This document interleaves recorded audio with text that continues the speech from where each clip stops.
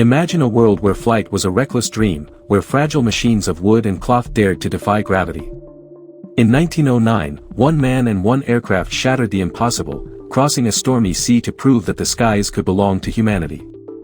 This is the story of the Blériot XI, a humble monoplane that changed history forever, carrying Louis Blériot across the English Channel and into legend.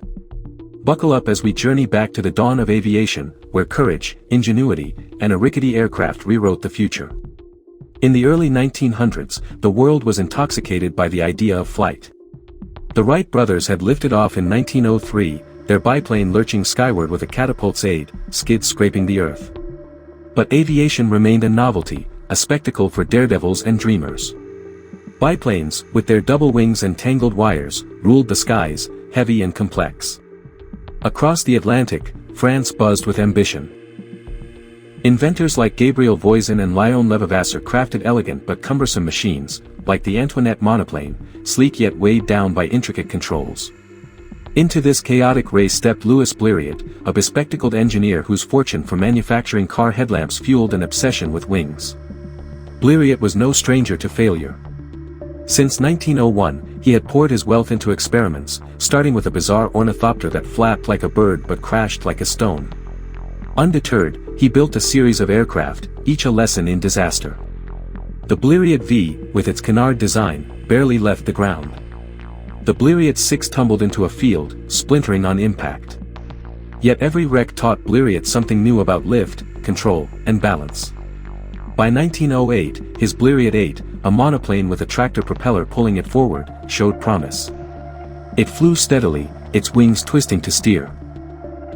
A technique called wing warping, borrowed from the Wrights but simplified for a single wing. Blériot knew he was close to something extraordinary.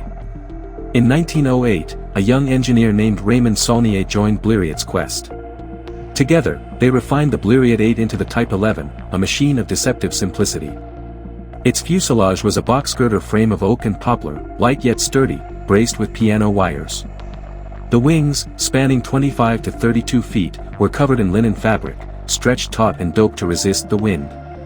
At just 720 pounds, the Blériot XI was a featherweight, designed to dance with the breeze. Its landing gear, with castering wheels that pivoted independently, could handle the roughest fields.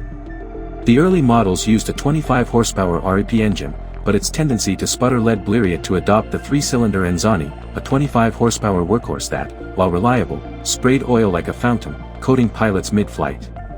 The Blériot XI was unlike anything else in the sky. Biplanes like the Wright Flyer prioritized lift with their double wings, but they were sluggish and costly. The Antoinette monoplane, though graceful, was heavy and temperamental. The Blériot XI, with its single wing and minimalist design, offered agility and affordability.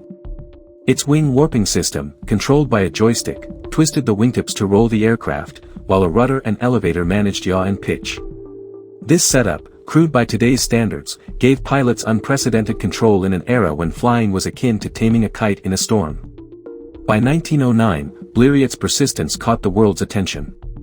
The Daily Mail, a British newspaper, had offered a £1,000 prize to the first aviator to cross the English Channel, a 25-mile stretch of turbulent water separating France from England. The challenge was daunting. No aircraft had flown so far over open water, and failure meant a plunge into the icy sea. Blériot's rivals, like Hubert Latham with his Antoinette, eyed the prize, but Blériot saw destiny. On July 25, 1909, at dawn, he stood on a field near Calais, France, his Blériot XI gleaming in the faint light. The aircraft had been modified for the journey, a reinforced landing gear, a lightweight propeller, and a flotation bag for a potential water landing. No compass guided him, he would rely on his eyes and nerve. As the sun rose, Blériot climbed aboard, oil-stained goggles shielding his face.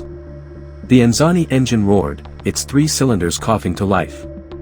The Blériot XI rattled down the field, its linen wings trembling, and lifted off into a sky heavy with fog and wind. For 36.5 minutes, Blériot battled the elements. Turbulent gusts tossed the fragile aircraft, and the engine overheated, saved only by a providential rain shower that cooled its cylinders. With no landmarks in sight, he flew blind, trusting instinct to guide him toward Dover. Finally, the white cliffs emerged through the mist. He aimed for a field, but the wind had other plans, slamming the Blériot XI into a rough landing that crumpled its landing gear and snapped its propeller. Blériot emerged unscathed, a hero who had conquered the channel. The world erupted in awe. Crowds mobbed Blériot in Dover, and newspapers hailed his triumph. The Daily Express captured the moment's gravity: Britain is no longer an island. The flight proved aviation could shrink distances, connect nations, and challenge empires. Blériot became a global celebrity, his name synonymous with courage. His company, Blériot Aeronautique, was flooded with orders, producing over 800 Blériot XIs by 1914. Priced at around $5,000, about $150,000 today, the aircraft was affordable, making flight accessible to militaries, flying schools, and wealthy adventurers. The Blériot XI's impact rippled far beyond that summer day. In 1911, during the Italo-Turkish War, Italian pilot Carlo Piazza flew a Blériot XI over enemy lines, conducting the first aerial reconnaissance in history. France, Italy, and Britain integrated the aircraft into their fledgling air forces, using it to scout battlefields and train pilots. Flying schools, from Blériot's own in Pau, France, to the Moissant School in New York, churned out aviators, including Harriet Quimby, America's first licensed female pilot, who flew a Blériot XI across the Channel in 1912. The aircraft dazzled crowds at airshows, where pilots like John Dominguez performed loops and spins, proving its agility. From air races to exhibitions, the Blériot XI was a star, its single wing slicing through the skies. Yet, the Blériot XI was not without flaws. Its lightweight frame, while efficient, was fragile. The linen wings could tear under stress, and the Anzani engine, though improved, was underpowered for heavy loads. Pilots endured quirky challenges, like oil spray from the engine soaking their faces, requiring goggles and a tolerance for grime. More seriously, structural failures led to tragedy. In 1910, pioneer pilot Léon Delagrange died when his Blériot XI's wings collapsed mid-flight, casting a shadow over monoplanes. In 1912, the French army banned them, citing wing failures in high-speed dives. Blériot responded swiftly, strengthening the wing spars and bracing wires, restoring confidence in his design. These setbacks underscored the risks of early aviation, where every flight was a gamble. The Blériot XI's influence endured beyond its flaws. Its tractor monoplane design and control systems, wing warping, rudder, and elevator, set the template for future aircraft. The Fokker Eindecker, a World War I fighter, echoed its single-wing simplicity, while the Dieperdussen Model C adopted its lightweight construction. The Blériot XI's emphasis on efficiency and control shaped modern aviation, proving that less could be more in aircraft design. Today, the Blériot XI lives on as a relic of courage and innovation. Two of the oldest flyable examples, built in 1909 and 1918, soar at airshows hosted by the Shuttleworth Collection in the UK and Old Rhinebeck Aerodrome in the US. These aircraft, with their rattling engines and flapping wings, transport spectators to a time when flight was a miracle. The original channel-crossing Blériot XI rests in the Conservatoire des Arts et Métiers in Paris, a shrine to aviation's pioneers. Museums like the Smithsonian and Canada Aviation and Space Museum display replicas, drawing thousands to marvel at its simplicity. The Blériot XI's story is rich with unforgettable characters. Roland Garros, a French pilot, pushed the aircraft to record altitudes, while Antal Wagner flew it over Hungary's Lake Balaton, captivating onlookers. Harriet Quimby's daring 1912 channel crossing inspired women to take to the skies. Even today, hobbyists build 3D, printed replicas, and flight simulators like Microsoft Flight Simulator let gamers pilot the Blériot XI, its oil-spraying engine and all. These stories keep the aircraft's spirit alive, a testament to its role in making flight a reality. The Blériot XI's legacy resonates in modern aviation. Its lightweight construction, balancing strength and efficiency, informs designs for drones and ultralight aircraft. The use of materials like oak, poplar, and linen prefigured today's carbon fiber, where minimal weight maximizes performance.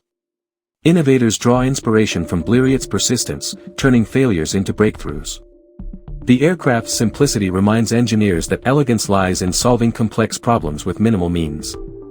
In airshows and museums worldwide, the Blériot XI remains a star.